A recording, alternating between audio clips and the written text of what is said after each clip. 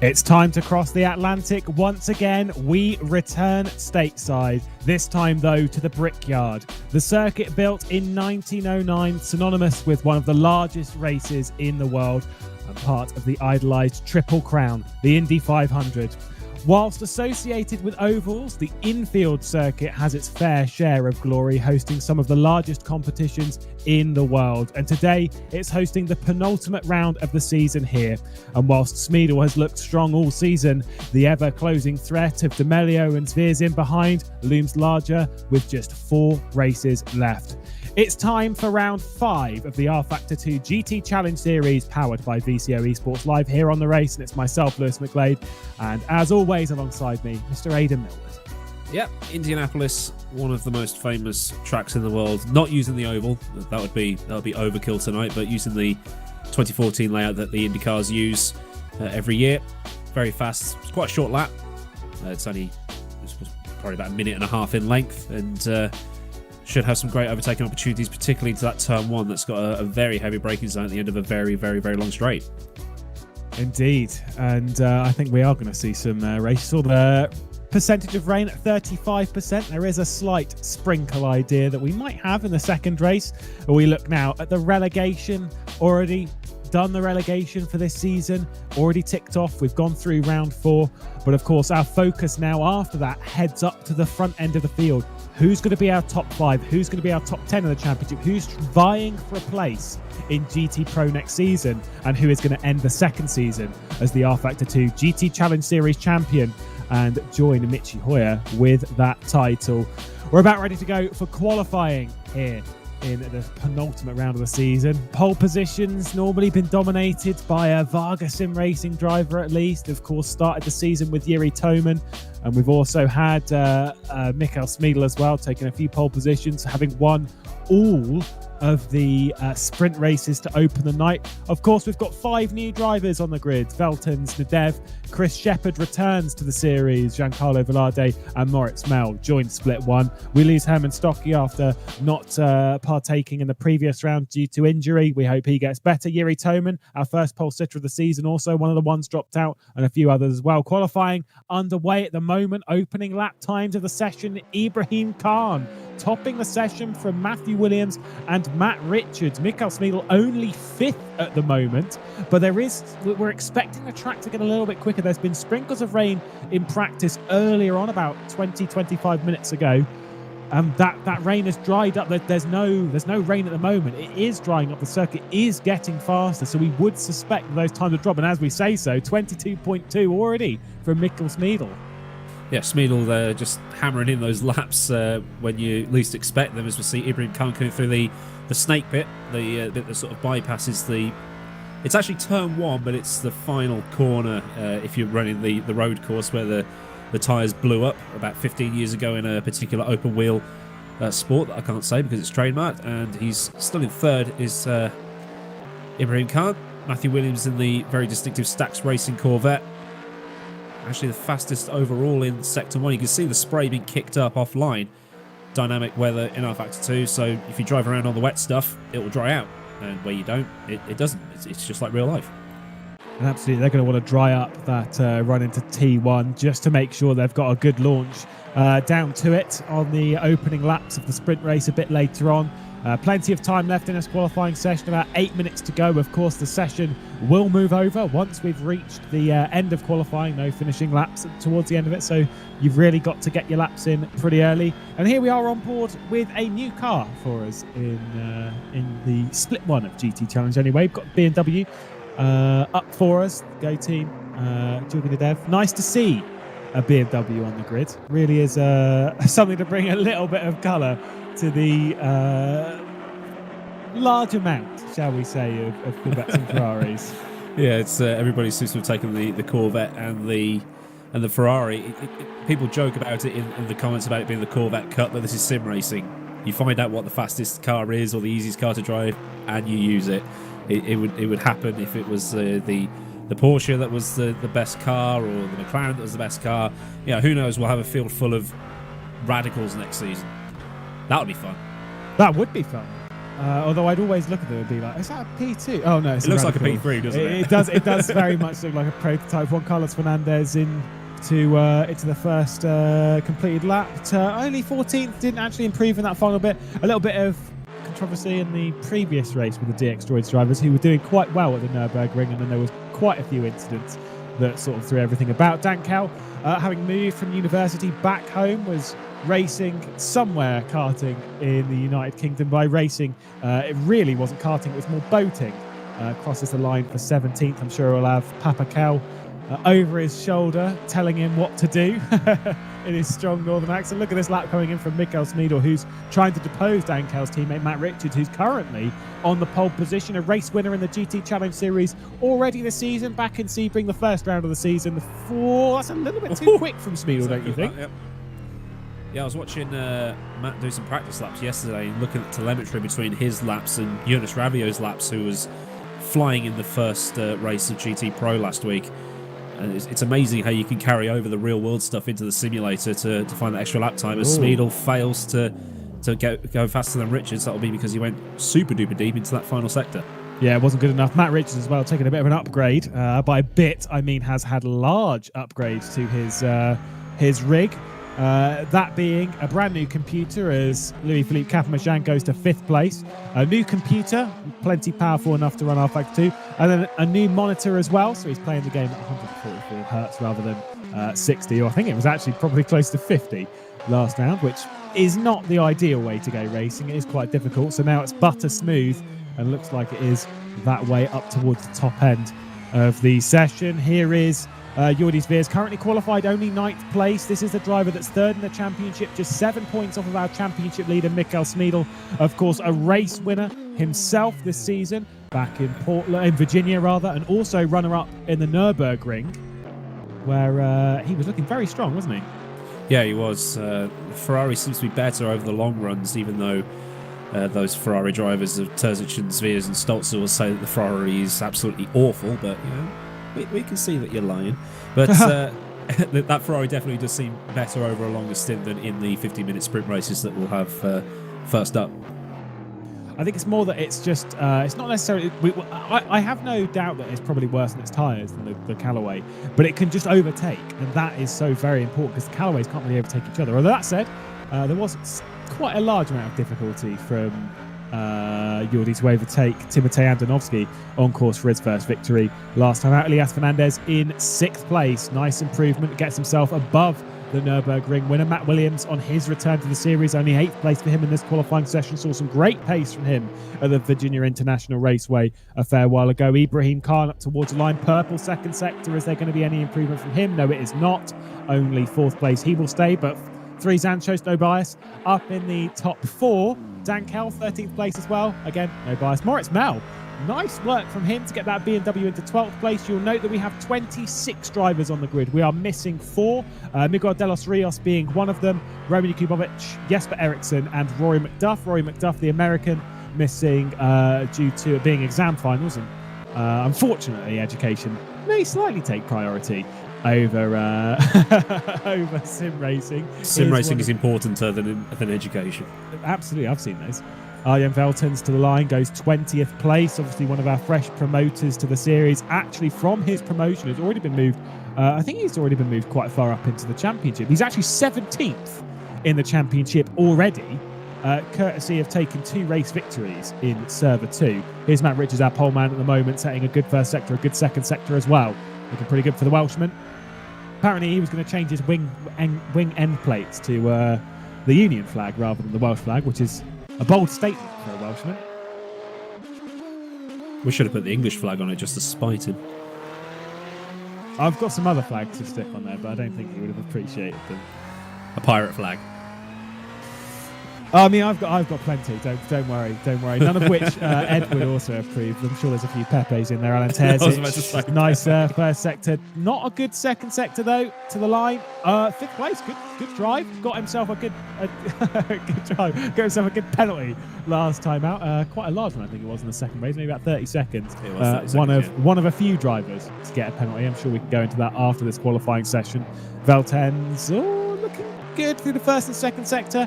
I reckon this might put him somewhere close to the bottom end of the top 15. Let's take a look as he runs towards the line in that Callaway. Obviously, no bias from broadcast director, don't worry.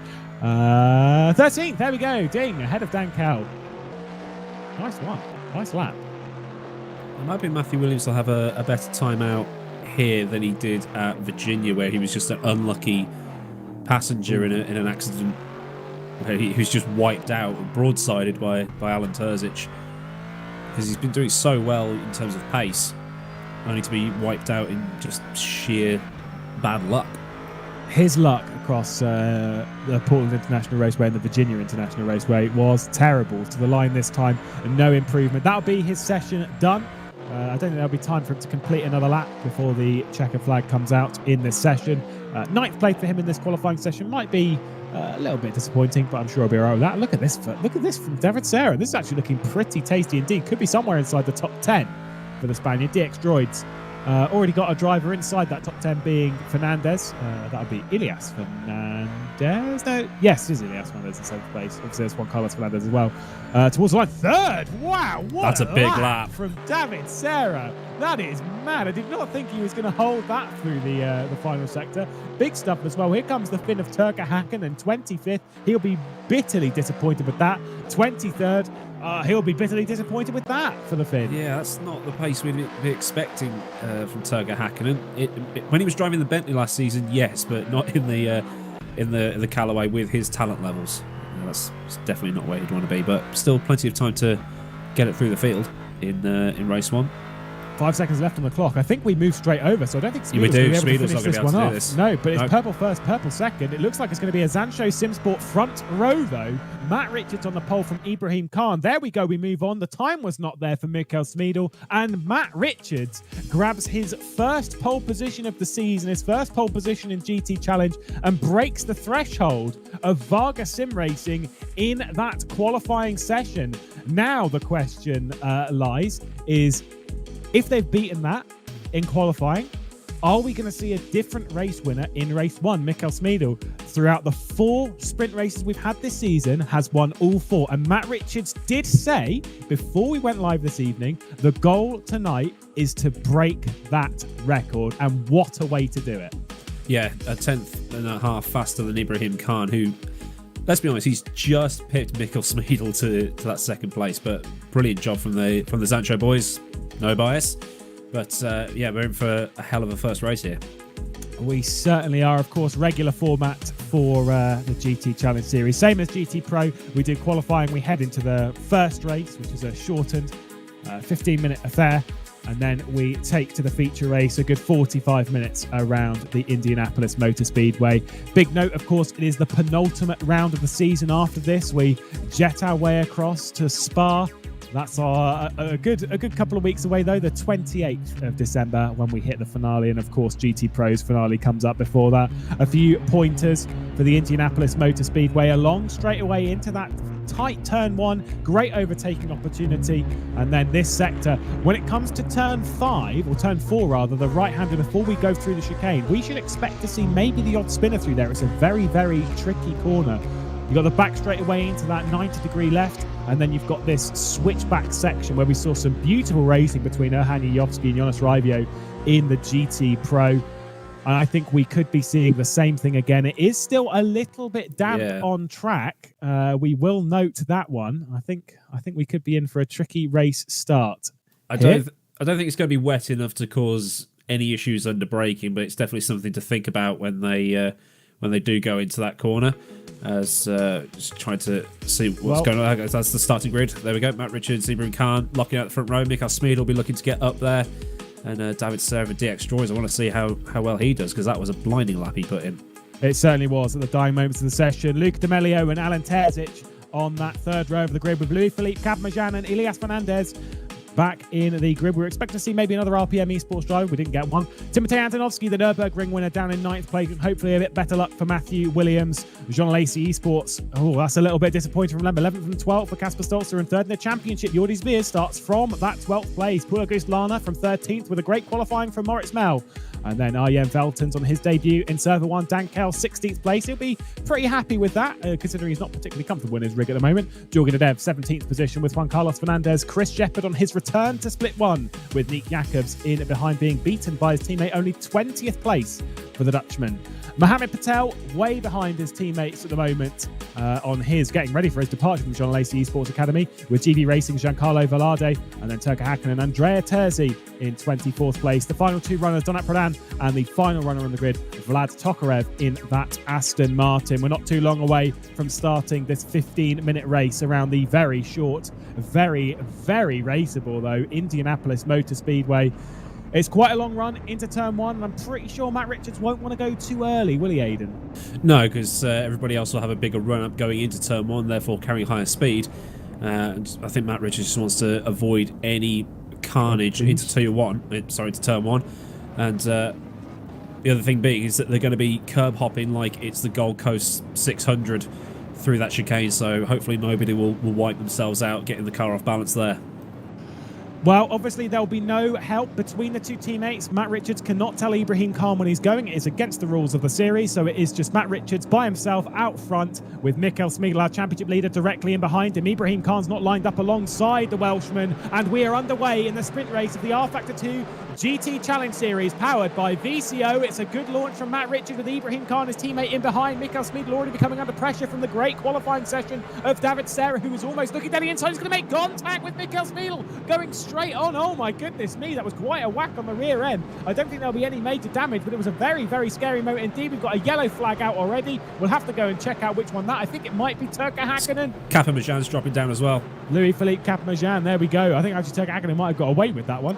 Either way, Matt Richards leading, Ibrahim Khan. Mikkel Schmidle has got through, or rather holding on, and got very much into the slipstream of Ibrahim Khan, who's going to maybe go for the race lead coming down the end of the back straight away. It's not going to work. Matt Richards still leading.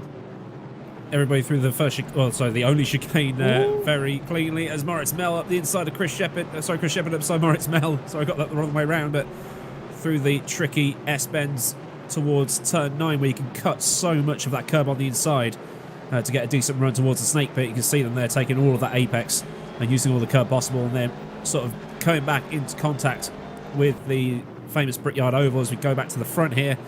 Khan got about half a second up to Matt Richards in front, but Matt Richards seems to be semi-comfortable up there at the front. Depends how much he wants to play wingman at the moment, does Ibrahim Khan. End of the first lap, Richards leads Khan, Schmidle, Serra, D'Amelio, 3 Sanchez inside the top 5. Edgerelli and Johnson will be happy with that one. Alan Terzic in 6th place with Fernandez, Williams, Zveers. Got himself inside the top 10 at the moment, ahead of Andonovski, the Nürburgring winner. Into turn 1, still easy on the defence from Matt Richards. No need to move offline at the moment, which you really don't want to do in these slightly tricky conditions. It's fine on the racing line, but the moment you move off it, things become very, very tricky indeed. Like I say, good lap at the moment to open up the race from Jordi Zveers. Our focus being that top 10. It gets reversed for the feature racer at the moment. Andonovski looking pretty good for that reverse grid pole. But that's saying it with 13 minutes left to go in the race. Ibrahim Khan, though, was so close to his teammate going into that section. I don't think Matt Richards is particularly fast through that chicane. That was his trouble spot last night when I was watching in practice. But here we are with Louis-Philippe Kapamajan heading up towards turn 1. A little bit late on the brakes. Does he get a tap? Oh, Andonovski. Yeah, there he goes. He's been tipped out. That's put him right down the back end. Luckily, it's concrete there. He can just drive back onto the track. Andonovski just sort of left it on the inside there a little bit awkwardly. Dankel gets himself inside the top 15. I think Juan Carlos Fernandez as well was promoted and all of that. Here is that battle between Chris Shepherd and literally the rest of the grid, leaving it down the inside of the penultimate corner as well. Turka Hakkinen going around the outside of one of the BMWs there. That one will be Jorgen Adev.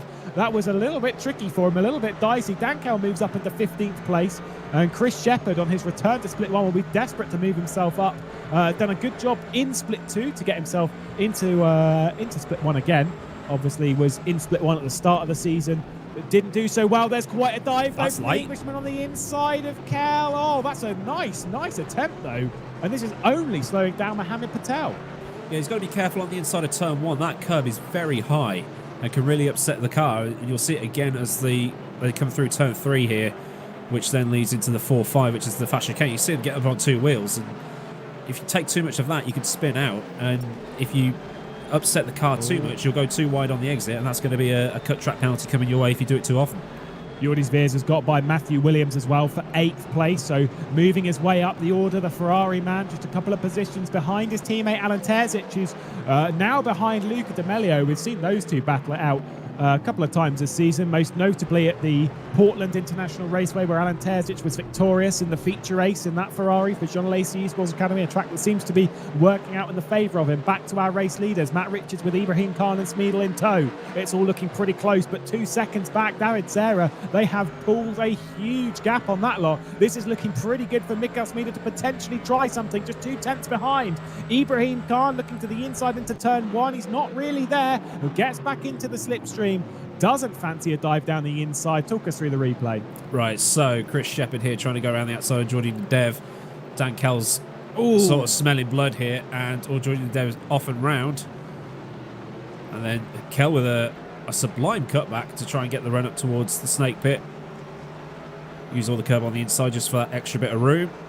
And then hard on the brakes, a little bit of contact. And, it's all kicking off behind, isn't it? Jordan Dev nearly rolling his BMW. Look at the size of that thing.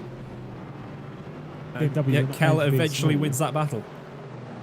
Not known for being small at all. The top 3 still separated by less than a second. I think Jordi Veers was trying to make a move on Elias Fernandez, and in that has actually dropped off the back even further. Those lot dropped off the back of Terzic by about 1.5 seconds. You can see the gap sort of growing. David Serra not really having the pace that his qualifying seemed to show. It was a great lap at the end of it, but maybe just almost a little bit too quick, respectfully, for his talents. Just not quite able to keep up with the top 3. Luca Di Melio in tow, you would suggest potentially has a little bit more legs to go and chase after his Zancho teammates, but 3 seconds down the road, I don't think it's going to be too easy to grab. Is there a move going for the race leader? No, Ibrahim Khan's going to stay behind Matt Richards. Nothing happening. We ride on board with Jordi Veers. Easy. Oh, Matt Richards and Schmidle. Matt Richards and Schmidle have spun. What has happened there? I did not catch that. Ibrahim Khan takes the race lead from David Serra. There has been definite contact between Mikael Schmidle and Matt Richards. Matt Richards down to 13th. Mikael Schmidle to 10th, dropping further back now. I think he's trying to return the position maybe to Matt Richards. Oh my goodness me, what has happened? There is a lot of damage on the front end of that car. We will need a replay of that. Ibrahim Khan to the race lead. Mikael Schmidle's not going to be winning this sprint race. 9 minutes left on the clock, and he's being attacked by Paul Auguste Lana to try and move himself up inside the top 10. I can only imagine that Schmidle tried to launch it up the inside of Khan into turn 1 and didn't see that Richards was still turning in and absolutely gave him a whack. But we'll see what happens in a replay as soon as our broadcast director Rubens pulled that up. Apparently it may have been a bit more of a game-related issue, an internet connection-related issue, something of that sense. I'm just going to double-check. Rather than it being a dive bomb in some degree, more just poor luck. That's why I didn't think that there was any way that Schmidle was getting there. It was just a lag from Richards. That's why I was wondering why he had damage on the front end of the car. It made no sense for there to be damage on the front end. Well, Antonovsky is not wasting any time on the inside of Kasper Stolzer, who's... Oh, Kasper. We said before he's been a little bit naughty, and that was also a little bit naughty between the two of them. They were pinching and squeezing between the two, and now Antonovsky is almost being dived himself by Paul Auguste Lana. That was naughty between the two of them. Let's be honest, they both need a bit of a slap on the wrist for that one. Richards is... He'll be annoyed. He's going to be annoyed, so he's going to be driving. He's going to be driving hard now. Maybe if he can get himself back up to 10th, he'll have another go for round 2. Obviously, he'll be quite frustrated considering, new PC and all that, and would have expected these things not to happen. But naturally, there's more things than that to discuss it. Oh, on the inside though. Oh, that was silly. That was silly. Good catch from Richards though. That was Arjen, I think it was Arjen Veltons on the inside though, that just sort of dived it half-heartedly down the inside and just caused a little bit of an instant narrows on the inside of Juan Carlos Fernandez. And they're going to go side by side. Juan Carlos Fernandez might be able to just hang on to this one. He's got the inside for the penultimate corner. Matt Richards up to 11th place. Now has to chase down the Nürburgring winner of Timotej Antonovsky if he wants to move his way further up the grid. Ibrahim Khan, though, leads by nearly 3 seconds over David Serra. Luca D'Amelio is trying to make it a Zancho Simsport 1-2 regardless of issues. Richard's putting Andonovski under a lot of pressure. Andonovski went a little bit too deep into turn 1 there, as Veltins swings it in past Juan Carlos Fernandez. It's all kicking off now, isn't it?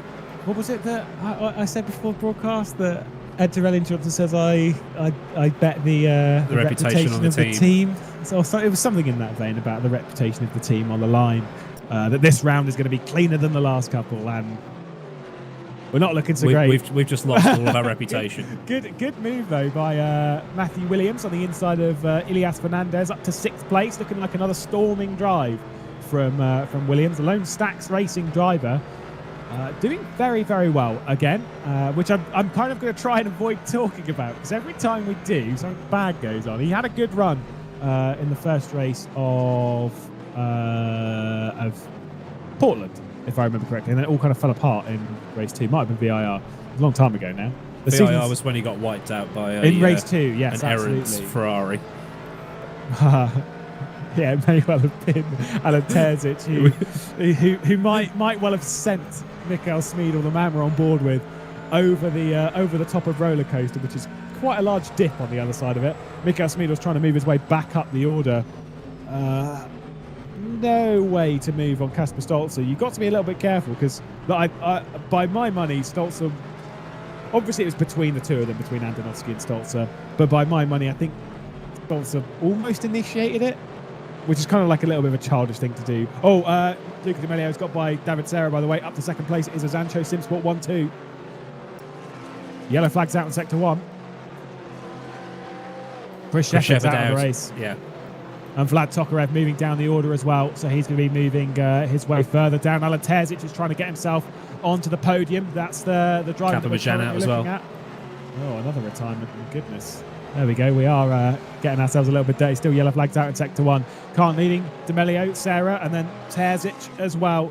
The podium looking pretty hard fought. Talk us through this. All right, so D'Amelio following up in towards the snake bit. Ooh, wow. Ooh. Daniel Ricciardo, eat your heart out. I don't think he meant that. Oh my goodness. Now he's trying to break the slipstream of David Serra as well. 2nd place at the moment, still trying to defend 3.7 seconds up the road. His teammate, David Serra, is going for 2nd place, though he's looking down the inside of turn 1. David Serra is going to make that one stick on Luca D'Amelio, and the DX Droids driver goes back into 2nd. Alan Terzic is going to try and still get himself on the podium. He just needs to overtake a Callaway with 3.5 minutes to go. You'd probably put money on Luca D'Amelio being able to do it, but with the way this track is, with such heavy braking zones, it could flip-flop every lap. Oh, well, this looks like quite a replay. We've got a bit of 3 wide there, as that's Captain Majan. There's being spun as well by the Scuderia Leone. That's just, a wheel. Oh, there's a wheel. That's just that. I don't even know where to begin with that replay. There was so much going on. 3 wide into turn 1, with someone also diving in behind, almost trying to make it 4 wide.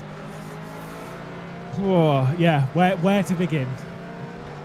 I think it's best you don't. I think we can get another view of it. Yeah, here we are on board with Paul Auguste-Lani. You can see the 3 wide there. You've got Louis-Philippe Capamajan. There's it was okay. Nick Jacobs, rather, who kind of came across. And, yeah, all of this. Vlad Tokarev getting a penalty for track limits.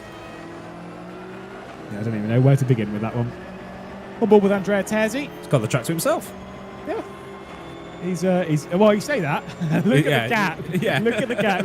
He may have it to himself, but he is being pushed by another German manufacturer, the BMW of Go Team, the Gothenburg-based outfit, I believe. Jürgen Adev and Moritz Mel, 2 Swedes. 2 minutes 10 seconds left on the clock. So each time they go into turn 1 is an opportunity sort of wasted. And remember that these are really, really important when it comes to their race 2 starting positions. Richards is closing in on Timotej Andonovski, but obviously he's going to have some damage on the front end of that car, which is going to make it pretty tricky to drive. Alan Terzic is trying to go, by the way, for 3rd place. Let's take a look at this replay. This is how David Serra got 2nd place back on the inside of turn 1. That's a huge send. It was quite a send. Well, they are definitely battling it out for that third place. Alan Terzic very much a part of it. He was looking down the inside into the back straightaway into that 90 left. Wasn't able to do anything. Looking like an inspired drive by Ibrahim Khan at the moment. It's really fallen into his hands by a little bit of good luck. But still, he's doing the work, isn't he? Yeah, getting the luck is good, but I think a lot of the time you'll have wanted to earn it rather than it being handed to you through chance. But still, Michael Schmidle at the back end of the Jean-Laise Esports Ferrari coming through the final corner. So it's now just a slipstream fest towards the turn 1, which will be the final lap, I think. Looking at the clock. Indeed. It will be indeed. And I don't think Matt Richards is going to get himself into 10th place without a bit of luck, because he's just about a second behind Timotej Andonovski. He's not got too long to go. There's Mohamed Patel in 15th place, trying to chase down the DX Droids driver that's directly ahead of him. That one's Juan Carlos Fernandez. Michael Schmidle's not able to make any progress on the Ferrari, and I think he's going to have a little bit of a troubled chance to move his way up in that sense, because it's not easy to get by a Ferrari at the best of times with their straight line speed. I think the Ferrari penalty for Ilias Fernandez, that's 7th place. That'll be the position to Matt Richards. So Matt Richards will be 10th in all of this. Get on the blower to Zancho, because he now needs to risk absolutely nothing. A crucial penalty for Ilias Fernandez, gifting positions backwards to Schmidle, Andonovski and Richards as well, which is so crucial when it comes to the reverse grid race. Now coming down into that final complex of corners with just 7 seconds left on the clock, it will be enough for Ibrahim Khan, the Zancho Simsport man. They are going to break the threshold that has been held at the moment by Vargasim Racing, by Michael Schmidle. It has gone. Ibrahim Khan wins the sprint race here at Indianapolis. The third 4 races to go in the championship, and Ibrahim Khan on top. David Serra onto the podium with Luca D'Amelio. There is Fernandez into the pit lane, which will gift the positions to Schmidle, Andonovski and Matt Richards, who will finish the race in 10th place. Good fortune does end up going a little bit his way after a terribly unlucky race, and that'll be reverse grid pole. Great drive from Arjun Veltons, Dan Kell, Carlos Fernandez, Nick Jacobs, Mohamed Patel as well inside that top 15. But wow, what a drive from this man. Had the pace to keep it with the top 3 whilst they were pulling away from David Serra. Then luck went his way and was not seen for the rest of the race. Ibrahim Khan victorious here in Indianapolis. To paraphrase Martin Brundle, is that Fernandez? As Matt Richards is going to have another chance at winning a race tonight. But yeah, 3 Zanchos in the top 10. Ed Trevella Johnson will be very, very happy with that, although he probably would have preferred a 1, 2, 3 there for the team. But yeah, the Jean Lacey cars all in there too. But they'll have pretty decent long run pace in the next race. So don't think it will be as easy for the Zancho Corvettes next time around. But we normally see Michael Schmidle winning the race and starting race 2 from 10th, working his way up and finishing somewhere near the podium. This time he only has to do the work from 3rd place after finishing in 8th. Again.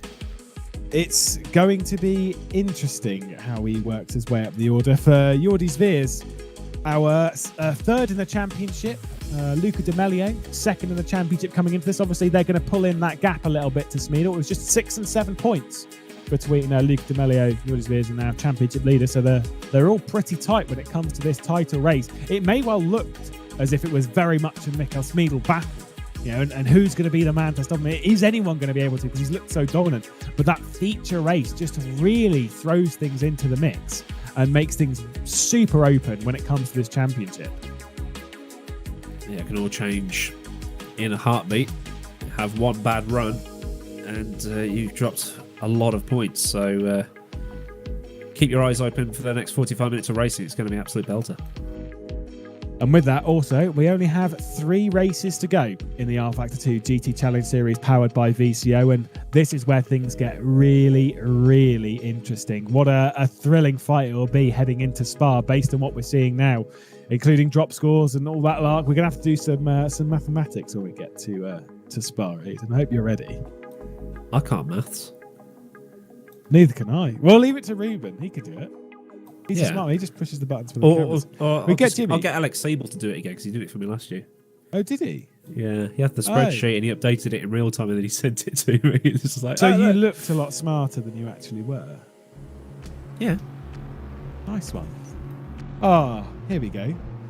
No bias. Nick Jacobs and Arjen Veltons. Obviously, they've only had Nick Jacobs in Split 1 for the entire season, but now joined by Arjen Veltons, who's won 2 races in Split 2.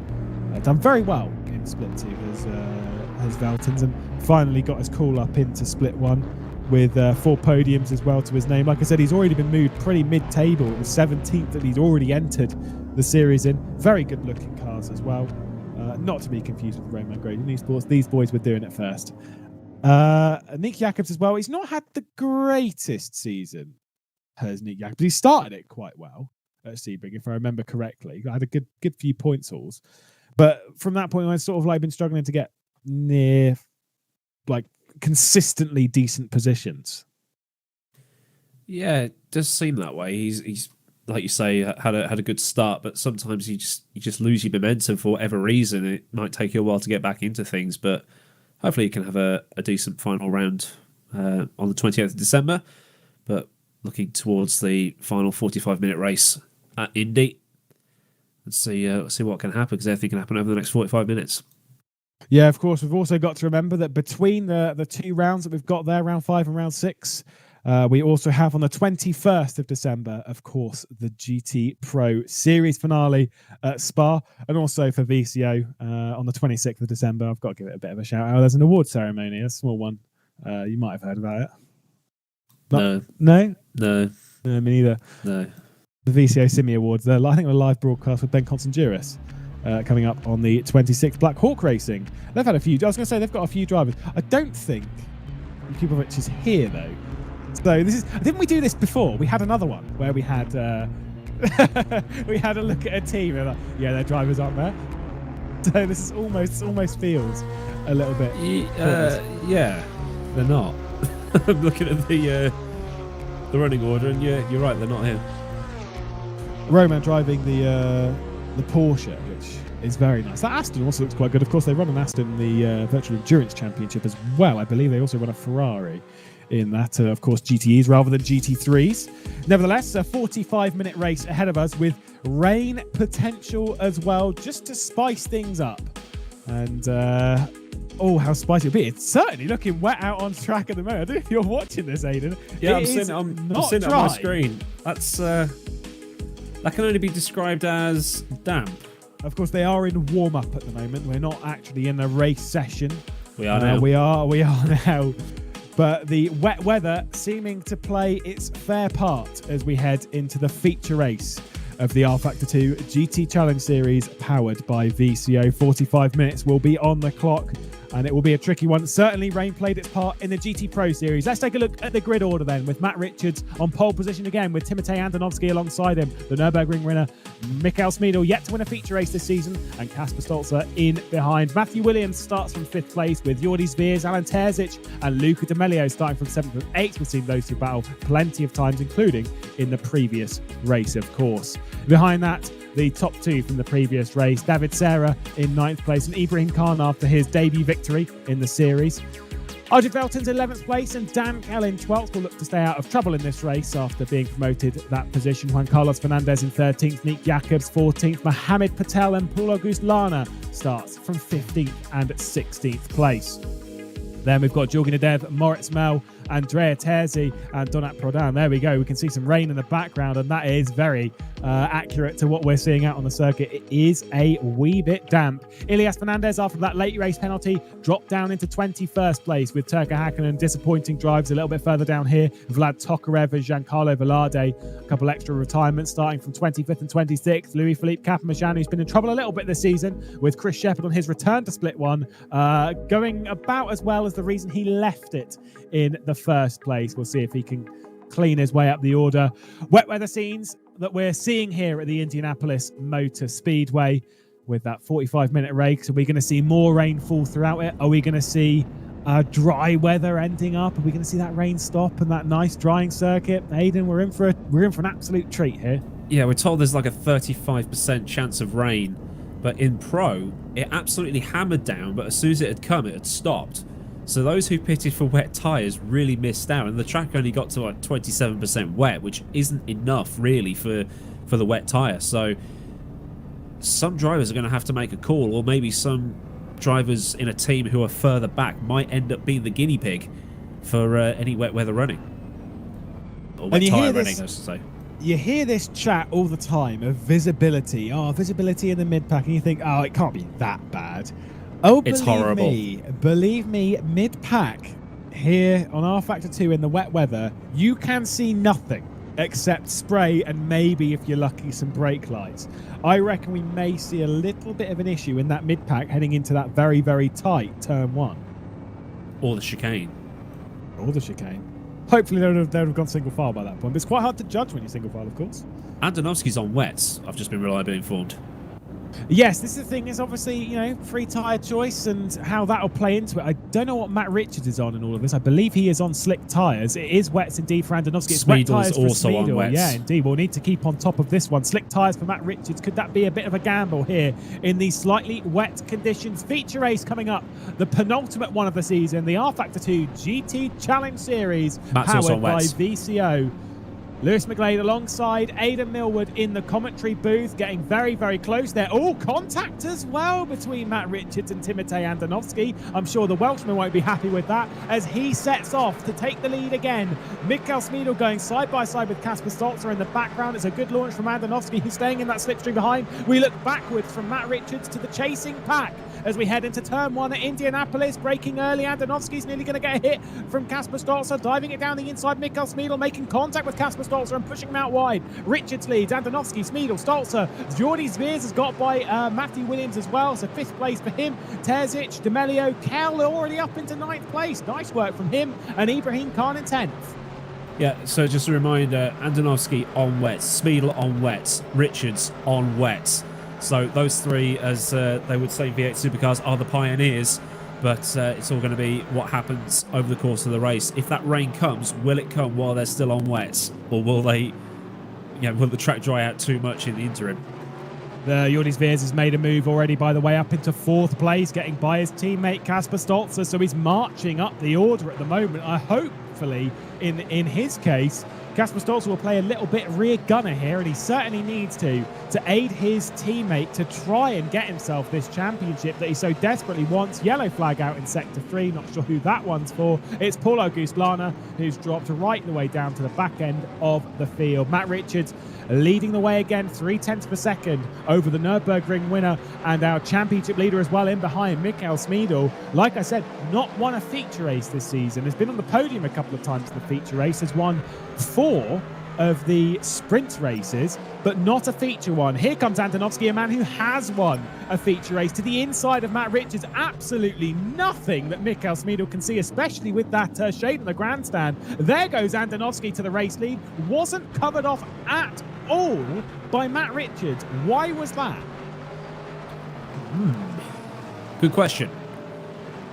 Richards still finding his way, maybe? I don't know. It's... Here we go. Here's the replay of the start. Ian Velton's. Yeah, that's what we're talking about. Nothing. Thankfully, these cars have brake lights. An open wheeler wouldn't. Bit of curb hopping. And, hello. That was Ibrahim. And Dan Kelder says, see you later, and he's through. Yeah, I did wonder why Ibrahim was a little bit lower down than maybe we'd have expected, and getting passed by his teammate and all of that, and also David Serra outside of the top 10. Battle for the what is now 2nd place between Schmidle and Richards. Obviously, the last time these battled, there was a little bit of an issue into turn 1 when it came to Matt Richards' connection to the race, dropping backwards into Schmidle's car. Andonovski 1.3 seconds clear. I mean, I'm a little bit, like I say, I'm a little bit shocked that Matt Richards didn't even cover off into T1. I would have expected a little bit more. Maybe he is trying to find his footing, but still, you want to find your footing in the best possible way, i.e. lead the race. Schmidle's not hanging around though. Oh, taking a much better line through that final corner. Matt Richards is trying to hit it too early when it comes to that white line, trying to apex too soon. He needs to go for some slightly later ones and carry the run out of the corner rather than trying to pick the apex up early. Schmidle's on the inside of him on the run into T1. There we go. And Mikael Schmidle is going to be picking up 2nd place. Matt Richards is just going to back out of it and smartly drop into 3rd place. But the more he does so, the more Jordi Zveers is going to be closing as well. Here's Andonovski's move. Let's watch this from Richards. That was almost a want to cover, and then just didn't bother. Andonovski coming back across, obviously, to try and get himself a great run through T1. Certainly does so. Little bit of contact between the two of them, but nothing too major. the other question is, has Matt actually put the wet tyres on? Because there's mixed messages coming I've got from all him on sides. slicks. I've got him on You've got him on slicks, right? Yeah, I don't think so. That makes a lot more sense. Ooh. So if it like rains soon, then Andonovski and Schmidle are going to be in pole position, really, because they won't have to pit for new tyres. Yeah, indeed. I don't know. I mean, I can only pull this from one location, which is just like in-game what I'm visually seeing them run on, which obviously isn't the ideal scenario. But Andonovski at the moment, definitely on wet. Same with Schmidle. Maybe it was a bit of a risk. As far as I can see, Jordi in behind as well. Again, very, very hard to tell. It does look like he is also on slicks. I think pretty much everyone else is on slicks. So everybody except Andonovski and Schmidle, right? So that's that covered. As Timothy Andonovski does the fastest lap of the race so far, 1:28.4. As we see Mo Patel and Moritz Mel flying down the back straight, the front straight. Not enough slipstream on these cars for Mel to do anything major, but he's having a sniff. That is a very, very big car. Certainly is. This is where hashtag need a tar graphic comes out. Oh, yeah. Contact there between Donat Pradam and Chris Shepherd, just making a little bit of a bump into T2, and now Chris Shepherd to the inside of the Ferrari. That was going to be brave. I'm also oh yeah, of course, you can actually see on the side of the car. I didn't realise you can also tell there. Oh, Andonovski's gone! Andonovski's gone! Oh dear! Andonovski has gone from the race lead. Mikhail Schmidle takes it. Oh my goodness me! He just turned across too much. Now hits the wall as well. Andonovski from the race lead. Wow! Was that a lucky of the rear brakes going into turn one? Maybe. I think no. It's not T1. Did you say T1? I don't. There's so much spray. I think he went too far over to the left-hand side, trying to turn in for a good line through as we go through this sort of S's section, getting ready for that run on the back end of the track. I think he just goes too left. Oh, he does, and just drops the rear. Oh, silly. Turn 9. Thanks. Oh, there he goes again. That's a replay. Okay. Yeah, it's just a replay. Don't panic. See, from that angle, it looks like turn 1.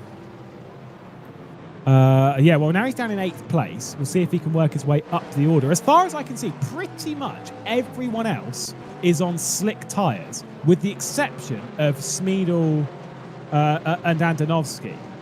Pretty much everyone else. So, as far as I can see, Richards and Sveers and stuff, they're all on slick tyres. They've got a yellow band on the side, which is a slick tyre, and then if they've got a wet tyre, it's more of like there's no band there, basically. It's kind of like there's a little bit of white, like right. So I got you. Like kind of paintwork, but that's sort of like the easiest way. If not, if you've got really, really good vision and you can see past YouTube's compression, you might just about to see some grooves.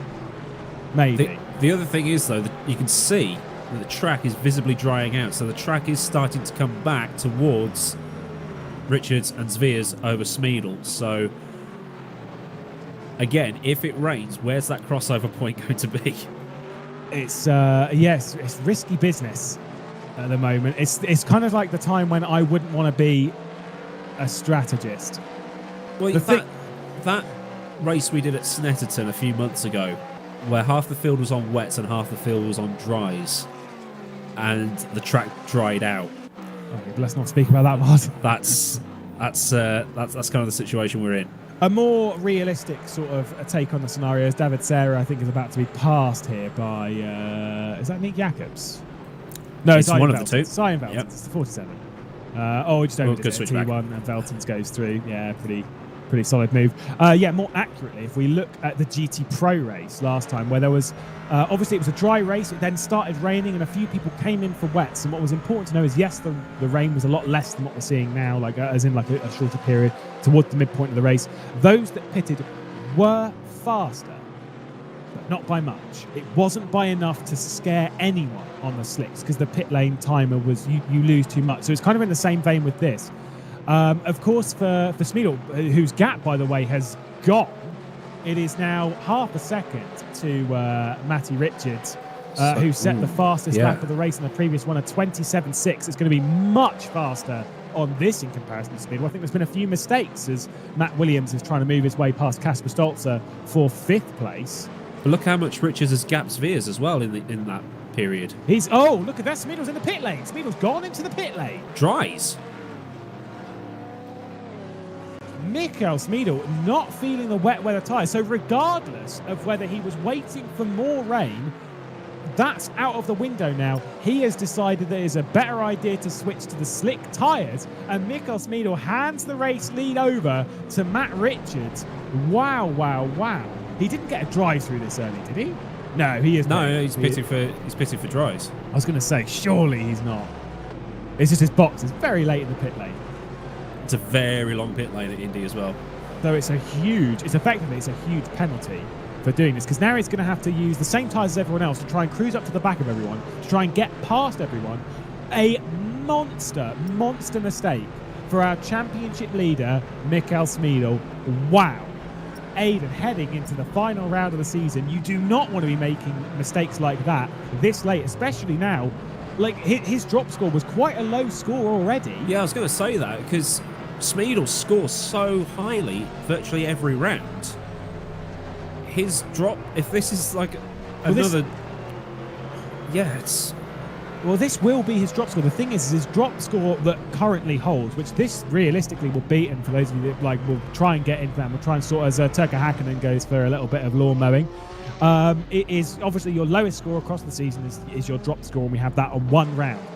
His round where he got a drop score was not a good one. Yes, he won the first race, but it was at the Portland International Raceway where he had a tumultuous effort in that second race, basically taken out half the grid in his march up towards the front. And by front, I mean about 20th place, because he literally it wasn't a good drive. He hit everything. He literally just hit everything.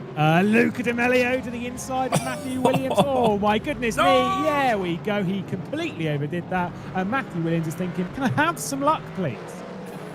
I don't think... Was there a bit of a smash? Oh, no, that was Jacobs. I think that was an apology flash, but yeah, that's not good. That's suboptimal. Suboptimal indeed. That was, I think it was like a half spin and then like just rejoin the circuit and all of that, and then chaos ensued and hit Moritz Mel or one of the other. Oh yeah, no, it's not pretty anyway. I'm sure we'll either grab a replay, or it depends on the bias and broadcast. Well, he's going to have to. He's going to have to suck it up and watch his cars crash. Well, talk us through this one. Right, Vlad Tokarev. Okay. Thank you. I'll have that position back, thanks. And he's on his merry way again. Yeah, easy one there from him getting past Donat Prodan, who just completely overdid turn one. Oh, there's Chris Shepherd as well. Oh, no! And Tokarev. Oh, no. It's like... Oh, is this when Turka Hakkinen goes lawn, though? Oh, no. I think he... Oh, it's after that. It's all right. We'll skip that one. Oh, God. Another fastest lap then from Matt Richards, pulling out another 3/10 on Jordi Sveers. This is looking like an inspired drive from the Welshman in the wet. Looking very, very good for him. Here's another replay. This is what happened to Turka Hakkinen. Talk us through it. Is there contact here? We're about to find out. No, just dropped it on that high curb. Lost the rear end. And doing some work for Valtteri. Oh, Antonovski. Andonovski's gone again. Timotej Andonovski has gone again. He is in 7th place, has skipped half the circuit in the opening part of the lap whilst battling with Ibrahim Khan and Dan Kell. Dan Kell looking pretty good in the wet, certainly better in the wet than he was in the dry. And this is looking like his best drive since joining Split One. We're saying that, oh, I'm so slow here. Looking pretty good, though. Oh, God. He does talk like that, though. He's northern. We said we were going to try and get the northern accent into it. We were going to maybe say it about his dad saying, you need to drive faster, son. But didn't need to. He's being attacked by the massager, and that's willing him on to drive quicker. No, apparently that's he got a massive hit from behind. And then another one. And then another one. Might have been from the person that hit him. Kel, though, on the back of Khan, looking actually faster than Khan, I would argue, at the moment. Another replay coming up. Here we go. We're fast fire in these ones. This is on board with Jorgen. So, yeah, I think there is going to be... This is going to be a... Yep. And then you just get hit by the man. Yeah, I mean, to be snooker, fair, they call that a double kiss. To be fair. Oh, Andonovski's gone again. Andonovski has gone again. That is with Ibrahim Khan. Oh, my goodness me. As we come back to the live shots, Andonovski round to the final corner, and the replays keep stacking up. Moritz Mel in the pit lane. What will that be for? Damage or tyres? Nick Jakob's also in the pit lane. Durga Hakkinen departing pit lane. Is it hammering it down?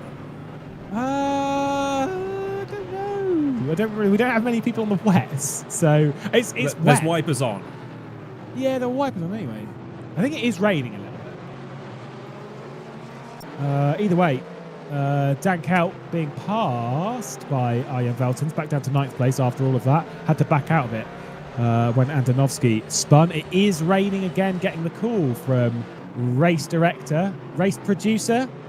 I don't know what he wants to be called these days. Jimmy Allison. Racecaster. Racecaster Jimmy Allison. Let's take a look at this replay. This is what happened with Ibrahim Khan and Timotei Andonovski. Aidan, what is going on here? Well, Ibrahim Khan is going to try and flick it up the inside. Oh, that's on Ibrahim. Oh, Ibra.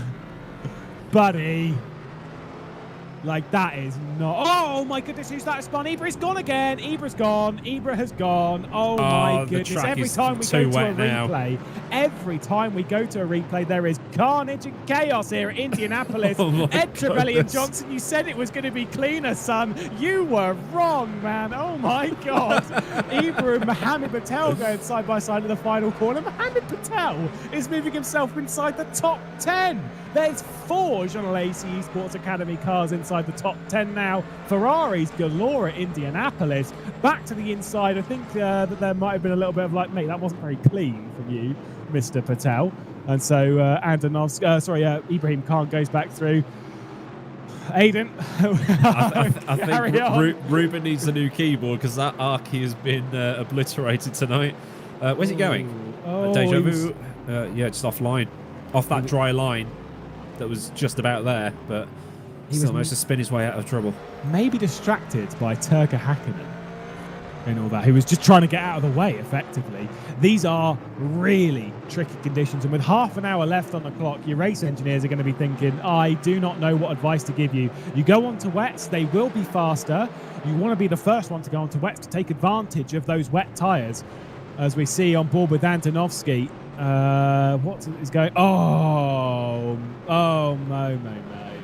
That's not good from Patel.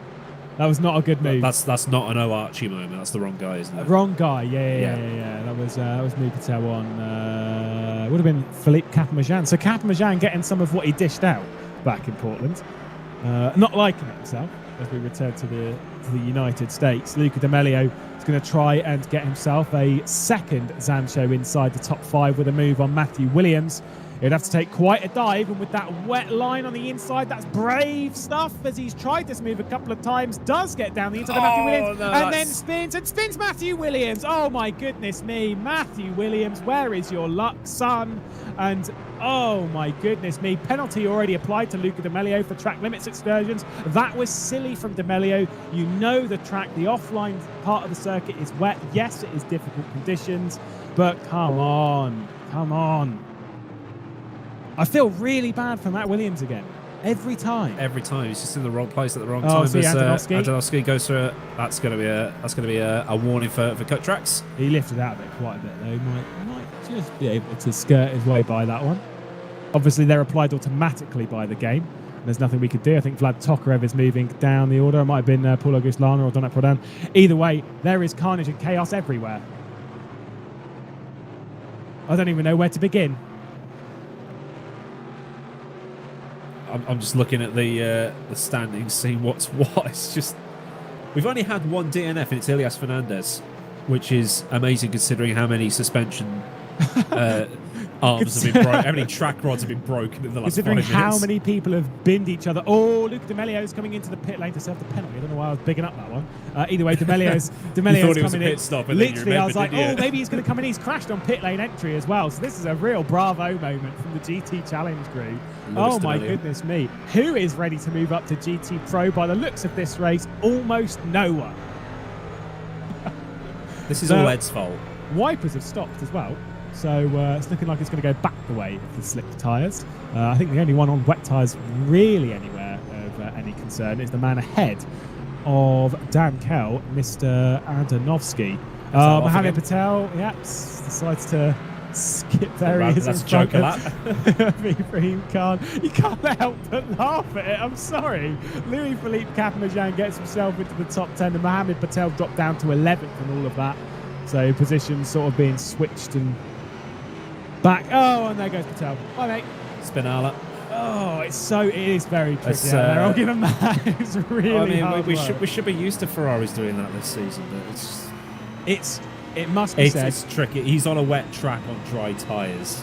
That chicane is going to be the hardest part of the circuit because you're off the ground, so you're already you're willing the car into sliding going through there anyway, so you've got to effectively back up a little bit. It is by far the hardest part of the circuit because at the moment, like in the dry, kind of easy. It's all like a flat full send. Whereas at the moment, who's that? Spun? Is that one? That's D'Amelio. Luca D'Amelio. I think more issues. Is he going to call it? No, he's going to keep on going. A little bit of frustrations from Luca D'Amelio. He could have taken the lead in the championship if he'd not made those silly mistakes. Yeah, it's not going well for him. For Jordi Zveers, though, in second place, moi. Things are going well for him in this championship as Louis-Philippe Capamajan is going to try and get by Ibrahim Khan into turn 1. He's well in that slipstream. A little bit of bad luck from him after being smashed off the road by Mohammed Patel a few laps ago, rather. And there we go. And there we go. It's predictable, isn't it? Yeah, too much speed. Well, you're on the thing is making a move on the inside of T1 is quite tricky because the thing is it's wet. You're moving off of the dry line. It's almost as if I'm watching a group of drivers that have never driven in the wet before in rFactor2, which is entirely possible. As there's Patel going straight on Ibra. And away he came goes. Across Ibra there, and that might have sort of helped with the serve up into the weeds, but still I think just misjudged how long his car is there. 1.4 seconds now as the race lead. It went down from 2 and a bit as Jordi Zveers is closing in on Matt Richards, who I don't think's had the most successful go. There goes the spin from Mohammed Patel, and there's the positions dropped for him. And Luca D'Amelio as well on that replay. I don't know, it's supposed to be shown on that.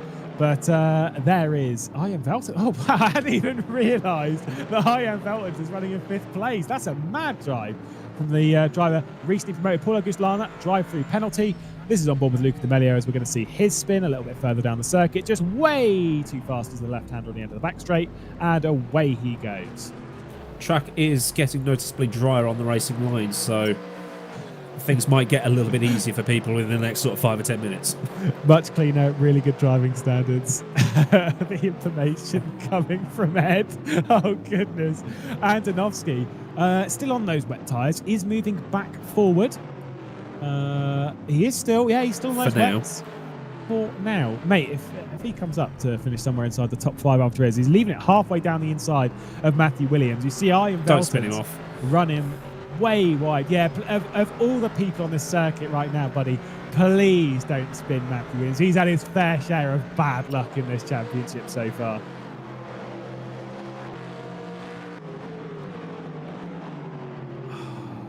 Every time they go into a braking zone, I'm terrified. 1.5 seconds is the gap for the race lead at the moment as Matt Richards sort of holding station. He was 1.4 seconds slower on the previous turn of the circuit, but I think there might have just been a little bit of a mistake in that and a good hold from Matt Richards. For those of you that don't know how to drive in the wet in rFactor2, it's pretty simple. Slow down. Literally, slow down. That is it. And I'm not joking. It's just do what you're doing and just be calm about it. Easy inputs, easy brake a little bit early, just get on the throttle nice and gentle, and just follow the same line. Oh, that's a nice cut from Andonovsky. You were quite far over there. And that's the other important thing. Don't cut too much because grass will spin you. Grass is death when it's wet. Oh, there we go. There's a Ferrari going wide there. Was that Patel again? I think it might well have been. Philippe Capamajan up to 11th. It was Patel.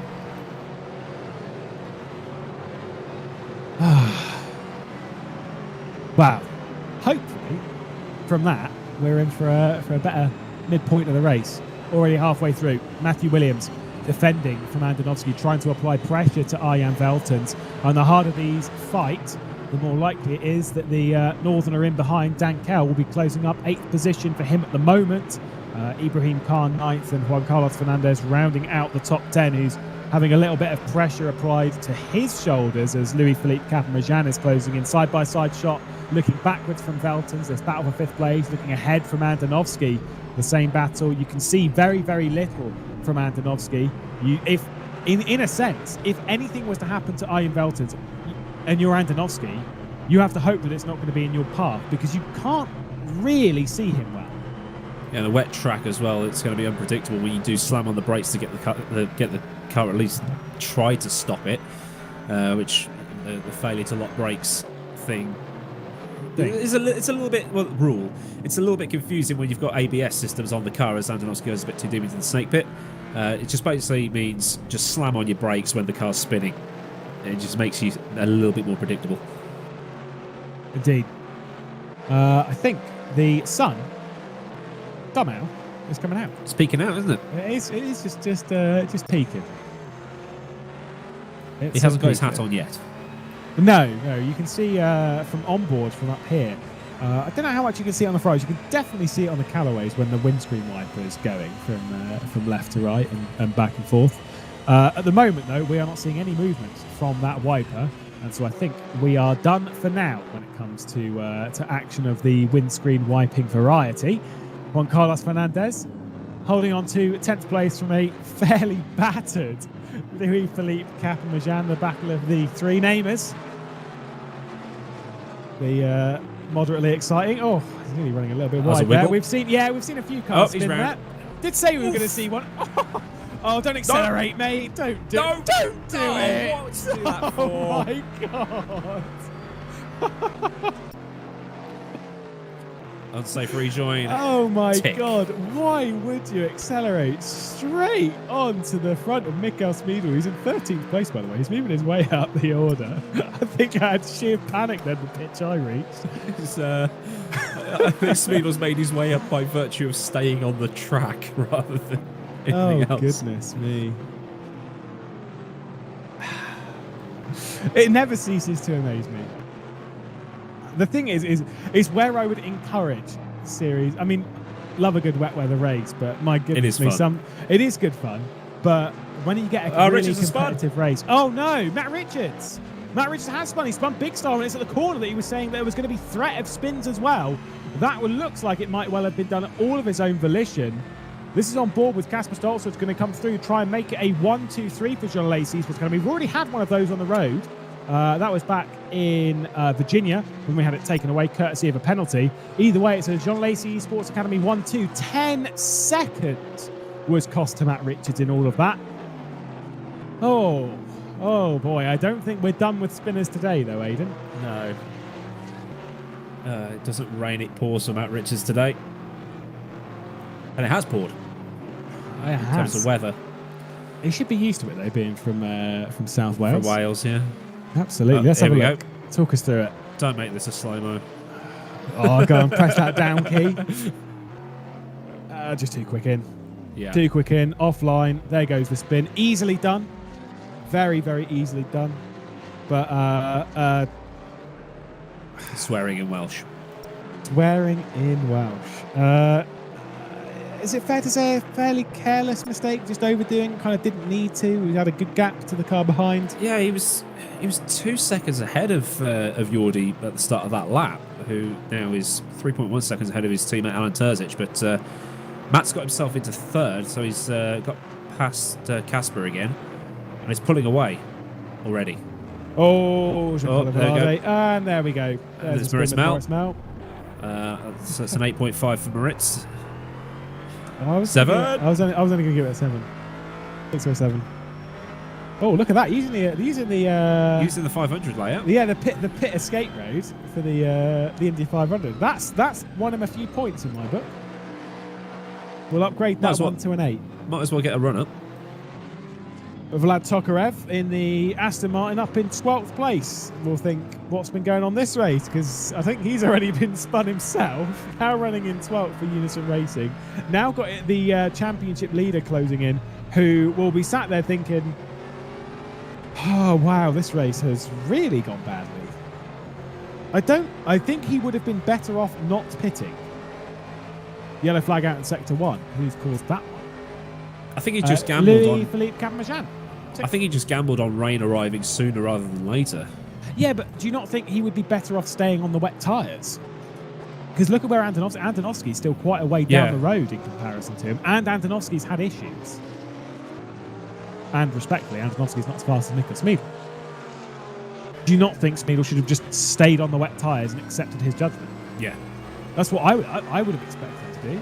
And yes, of course, there's still 60 minutes left on the clock, and he'll probably close that gap down and probably get past Antonovsky, but still the point kind of stands that maybe there was more to gain from just staying on the track, especially in that heightened wet part of the race where maybe he could have done something. Let's take a look at this replay with Louis-Philippe Capmachan. Simple spin at T1. Pretty sure he just drops it. There he goes. Bye, mate.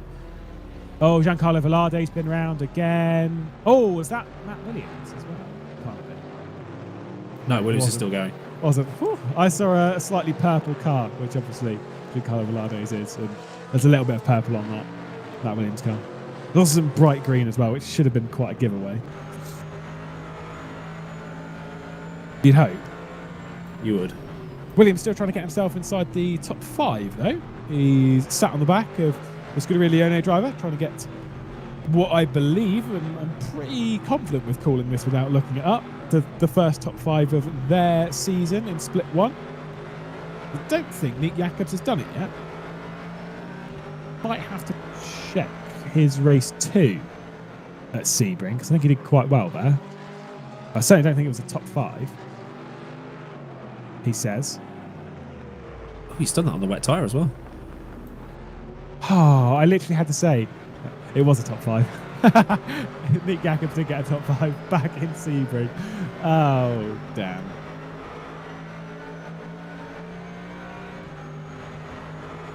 Well, with 2.6 seconds now, the gap for the race lead coming down. What does Damon Terzic do?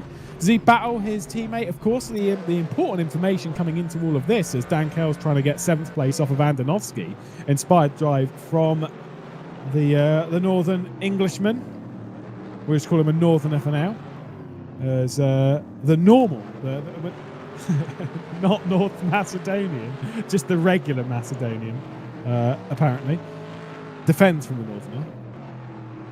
There's 2 tenths between the two of them. Anyway, to my point, Terzic, outgoing driver of Jean Lacey Esports Academy, heading over to BS competition.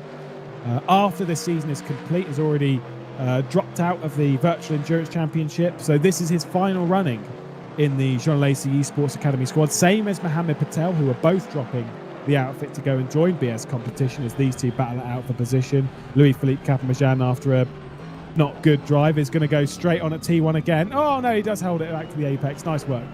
Good job, son. Battles it out with Moritz Mel. What do you do there to your Terzic? Do you still apply pressure, or do you kind of do your mate a favour and be like, look, your championship's quite important here, and yes, I might be the outgoing driver, but let's work together a little bit to try and make that championship a possibility? That's a good question.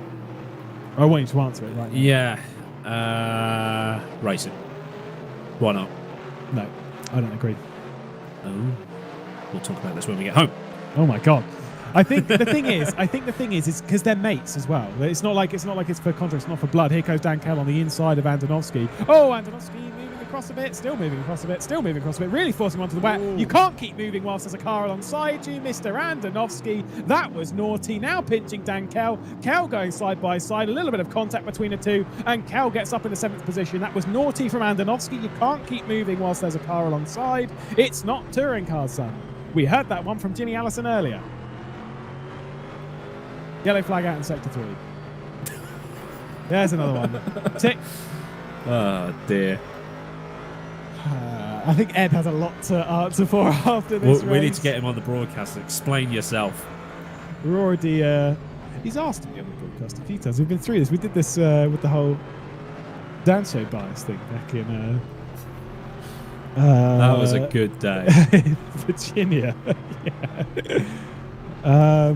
Of course, we have just passed 3/4 of the race complete, a quarter of the race to go, and I'm sure Jimmy Allison's time of dishing out penalties in the rFactor2 GT Challenge Series is not over.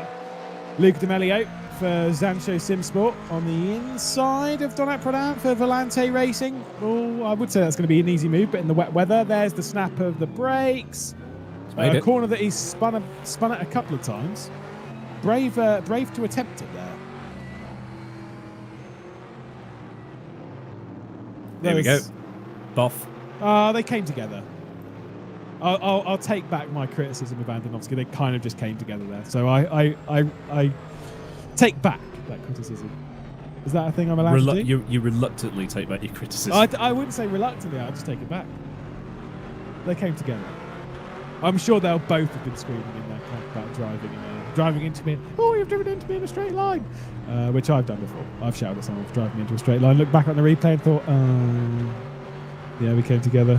Whoops. Always in the moment, isn't it? They could have defended a bit better into T1 though, could Andonovski. So I'll go with that still. Let's see what happens between himself and Ibrahim Khan. These two have come together in the stretch. It was these two that came together at the final corner, wasn't it? Yes, because there's been so many incidents. Ibrahim Khan tried to launch it up the inside of into a gap that didn't exist. Which that would be a penalty post race, surely, if that's reported. Of course, that's not in our wheelhouse to determine who gets a penalty. Needless to say, it was not I think it would ideal. spice things up if we handed out the penalties. What, just on broadcast? You did Yeah. penalty. What? How's it Sancho 1, 2, 3, 4? God, you knew that. Oh dear. Oh. That's the half is the only thing that I've got at the moment when it comes to this. Oh, let's take a look at a replay of that one. Get the R key going. My goodness me, 2.7 seconds for the race lead. It's coming down, it's ebbing and flowing more than anything else. I don't think it's coming down enough, he says, as the gap almost completely disappears. Here comes Ibrahim Khan to the inside, breaks late, but not late enough to try anything on Timotej Antonovski.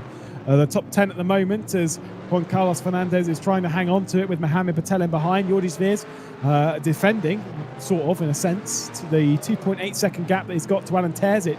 Matt Richards still on the podium, has sort of held that gap fairly similar to our race leader. This is with David Serra. See what happened to him, who started the race from 9th place after a good run in race 1. You were well on the wet stuff there, buddy, and away into the gravel trap he goes. It's a 10 from land. Yeah, there's been some good drives. Like I said, I'd still say Richards could be somewhat happy with the drive because he's still matched the pace, even gone a little bit faster than Jordi Sviers, and still going to get himself a very credible podium. But it's sort of like it will always be sat on your mind of the what could have been. Yeah, he spun out of the lead. Spun out of a semi-comfortable lead that he was holding. Not going to get him a drive at JTR, is it? This is the replay. This is the replay. This is the replay. I hope it's that. You hope it's a replay? Is it a replay? No, that is not a replay. That's live. Oh. The Giancarlo Valade gets it's a penalty. Surely that was a replay. Goodness me. Ibrahim Khan did not like the fact that it didn't work on the previous lap and thought, I'll give it a go again. Ibrahim Matt Neil Khan. He does love a good dodgy dive, doesn't he? Oh, goodness me. We've got to find the fun side of it. And it's hard work. On the outside, we're laughing. On the inside, it's tears. It's just tears. This battle still, though, looking pretty good between Williams and Veltons as they try and... I won't say they're... Oh, no, I'm not going to say it. Oh, Mohamed Patel. Drive-through penalty. They're battling away nicely, though. Let's go with that for 5th place. And hopefully we see that to the checker flag in 7 minutes and 50 seconds time. Replay. Talk us through it. Okay. Which one? Which one? Yeah, it's send and clonk. That's the actual overtake. Yeah. Weirdly, that one was a bit cleaner than the previous attempt. It's baffling to me. Still, look, someone's trying to clean up the wet stuff, which might actually help when it comes to cleanliness. As is that Oh no, Mohamed Patel just called it a day. Then he just pulled the plug. So we're dropping a couple of drivers now as Patel pulls his way out of the race, courtesy of that penalty, which he got himself. I think he's only got one more round then, if he does appear at Spa, before he heads off to BS competition to join obviously Alan Terzic in that squad. And here is Timotej Andonovski with Juan Carlos Fernandez on the inside of him into T1. Schmidle nearly went for the move, nearly went for the look. Mikael Schmidle in tow as well, trying to get himself inside the top 10. The idea that 2 top 10s might have been all right for Mikael Schmidle coming into the night sounds absolutely ridiculous. However, on the night, seems like, considering the misfortune in race 1, just of timing, and then the misstrategy of race 2, 2 top 10s might be a decent recovery in a sense. Oh, you're not going to dive it in there, are you? No, he doesn't. Good man. He's learnt from his misdoings, which I like. I really respect, because if you look at him in the last couple of rounds, if you look at Mikael Schmidle in the last couple of rounds, he was very well measured, at least in his march up the order from what I saw at the Nürburgring, and was also quite well measured until obviously the incident between himself and Alan Terzic, which was on Alan's shoulders. Oh, Antonovsky, that's a squeeze. There's one down the inside of Juan Carlos Fernandez. Mikael Schmidle's going to... Oh, I was literally just bigging you up, mate. Don't do that.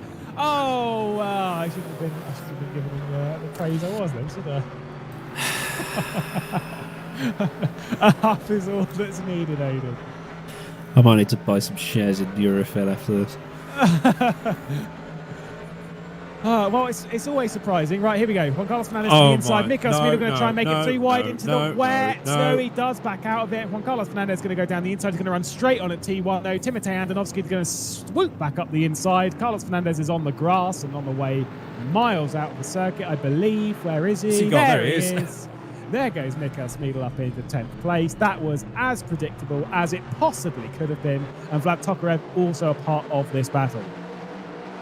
I'm legally required to say other painkillers are available at this point. Yeah, you should have just gone for flat ibuprofen or paracetamol. Well, make it easier on yourself. Don't require yourself to apply such wording. I am looking for sponsorship. What? Anyway. I would sponsor you, but it would be with Zancho money that I don't get. Right. It's amazing we're biased considering we don't get paid for it. We're gonna just like keep a tally of how much plugging we've done. Oh, hang on. Sorry, we're not. Anyway, biased. Kellen Khan. Nick Jacobs fastest lap. Yeah, I was about to say, good one from Nick Jacobs. He is 2 laps down, mind, so he's probably gone in for some fresh rubber, but regardless, a fastest lap. He's doing a Verstappen. Indeed, there we go with Mikael Schmidle to the inside. On that start-finish straight, trying to get by Andrea Terzi, picks up a penalty, but it's a little bit further down the order. There goes an easy move from Schmidle. Oh, we're going to see the attempted 3 wide. No, we are not. Juan Carlos Fernandez decides to brake actually earlier for T1. Antonovsky and Mikael Schmidle make a little bit of contact on that run through T1, but Schmidle now up into 9th place. 8 seconds up the road is Ibrahim Khan. Kell as well a little bit further. Antonovsky's looking very much backwards in all of this. Obviously still on those wet tyres he started the race on, feeling a little bit warm with 3 minutes and 30 seconds left on the clock, looking like a pretty decent and solid margin at the top end of the field for Jordi Sveers, looking for his 2nd race victory of the season. Nearly was, there you go, he's giving a big up to Nick Jacobs for the fast lap of the race, picks up a penalty for track excursion, so read into that what you will.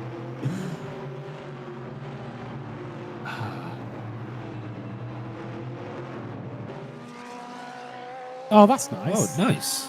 I used this shot to really show how far over the curve Michi Hoyer went in a very different series at one point, because he took to the moon over that 2nd curve. It's a bit harder to do in a GT to actually take off and get some good air. Oh, Antonovsky. Antonovsky. Yeah. Oh, there's a penalty for him as well for his efforts. What are you doing, son? That's a man that stopped caring. What was that? Oh, and he's just going to drive. Oh, yeah, let's just get that off screen. Yeah. Vlad Tokarev trying to get himself a top 10. That'd be a great drive from Vlad Tokarev if he can get himself a top 10 and almost drive. In an Aston Martin as well. Yeah, exactly. Considering that Aston is... There we go. Oh, no. Maybe not. Every time. Is that going to be it? This can't be. This is going to be a drive through. Please no. No, it's not popped up. We're all right. Oh, my goodness me. I feel bad for Jordi because he asked me last round. He was like, well, the racing up front was good. Was it good behind? And I just went, no. And I get the feeling it's going to be the same today, unfortunately. I don't know what, we need I'm going to say it now. We need the... Okay. Oh, goodness. Was that Andonovsky coming in across, or was that... I don't know. We'd have to see it from Juan Carlos Fernandez looking... From Fernandez's car. Who knows? But yeah, we need the penalties back from last season. The ones that affect... And yes, they do kind of ruin the feature race. And yes, that does ruin the show a little bit. But in the sense that it does stop people messing around. Because you're penalising them actually something that they feel. Because you come through... Like you effectively waste a night. Because you know that you're going to have to serve that penalty. If you don't show up, it'll be applied to the next race regardless. And it's a penalty that you actually feel... Oh, he came across him. Yeah. Maybe he didn't quite realise that. Yeah, either way, let's just throw that one out the window because Andonovsky's not had a good day. Fastest lap of the race from Michael Schmidle, and well, that's no real surprise. 1 minute left on the clock, which means that Jordi Spears will be coming round to start his final lap of the race. The Ferrari man, 5 seconds clear of his teammate Alan Terzic, on board with Andrea Terzi, who's already served himself a couple of penalties, or at least won this race, and he's on back of Turka Hakkinen, the lone Nita Velix driver here. Herman Stocky not taking part in the rest of the championship. Rory McDuff missing this round courtesy of exam season. We'll go with that. And then to the inside, Andrea Terzi going to grab the 20th place in that Porsche. Oh, we don't normally see this Porsche. Bye. See ya. We don't normally see this Porsche, and now we don't. Yeah, absolutely. He's closed that gap down a little bit, so he's left a little bit of pace in the tank. But I think this is more the circuits drying up and getting a little bit quicker. Some old slicks, though. That's nice work. He's actually pulled right away from Stoltzer, but then again, Stoltz is on wets. Indeed. Well, I think. for Richards, it's not been a perfect drive. There's been a single mistake. Unfortunately for him, it was quite a large one. Should be able to hang on to third place, but our focus will have to go to that top 3 of Jordi Spears, Alan Terzic, who had a couple of penalties this season. It's really dropped him out of contention in the championship, but still maybe there is potential, maybe there is hope on board with Matt Richards on that final lap of the race. There's Kasper Stoltzer behind him. Arjan Veltens inside the top 5. But Jordi Spears is going to be coming through that final section of the racetrack, and what a drive it has been. He has grabbed himself a few podiums this season, including now 4 feature races this season. 4 of the 5. 1 was a victory. He was second last time out. It's going to be victory again for Mr. Archie. Across the line, Jordi Spears victorious for Jean Lacey Esports. And how sweet will it be? His outgoing teammate going to join him on the podium as well. It's a 1-2 for Jean Lacey Esports Academy. Matt Richards. I'm sure there'll be disappointment in the camp, but there still needs to be a little bit of a pride for good drive to third. Kasper Stoltzer in 4th place with Arjan Veltens in 5th. Good drive from them. Nice drive from Arjan Veltens. That means it's their second top 5 of the season for Scuderia Leone. So broadcast director Ruben Carrera Alvarez will be at least somewhat happy with that. The unluckiest man on the grid, Matthew Williams, comes across in a deserved 6th place. Maybe he deserved a little bit more, but 6th place regardless. Has done very well with that. Dan Kell, what a drive from him. Brilliant result. Came into this thinking, like I said, I'm so slow, I don't think I'll be able to grab it. He got enough practice at the weekend when it was chucking it down in the Lake District. Well, he didn't. It got cancelled towards the end. He did a few races. The meeting was cancelled, but yeah, Lake District karting in the torrential rain. Still finishes 7th place. Ibrahim Khan. That won't stand, that 8th place. Michael Schmidle, after coming through the pit lane, 9th for him. And Juan Carlos Fernandez rounding out the top 10. No Aston Martin inside the top 10 until we get our penalties. But let's take a look then at the finishers. Jordi Spears then a well-deserved victory ahead of Alan Terzic and Matt Richards. Our podium, Kasper Stoltzer and Arjan Veltens rounding out the top 5 with Matthew Williams, Dan Kell, Ibrahim Khan, Michael Schmidle and Juan Carlos Fernandez rounding out that top 10. Behind that, we've got Vlad Tokarev for Unison Racing, a nice drive to 11th place with David Serra and Luke D'Amelio, who I think he's done. He's just spun a few times with D'Amelio, and Donat Prodan and Louis-Philippe Capamajan, the 2 Go Team Racing drivers of Moritz Mel and Georgi Nadev, down in 16th and 17th place with Giancarlo Velarde in 18th. Turka Hakkinen was 21st the last time we saw him. He's now 19th somehow. Not quite sure. Andrea Terzi rounds out the top 20 in that Porsche. Behind that, we've got ourselves 21st place of Nick Jacobs and then Paul August Lana down in 22nd place. And then the retirements from the race, Timotei Andonovski, who stopped caring. Same with Mohamed Patel after that drive to penalty. Chris Shepherd's return to split one really does not continue very well. 2 retirements from him. And Ilias Fernandez in 26th place. Aidan, final thoughts, please.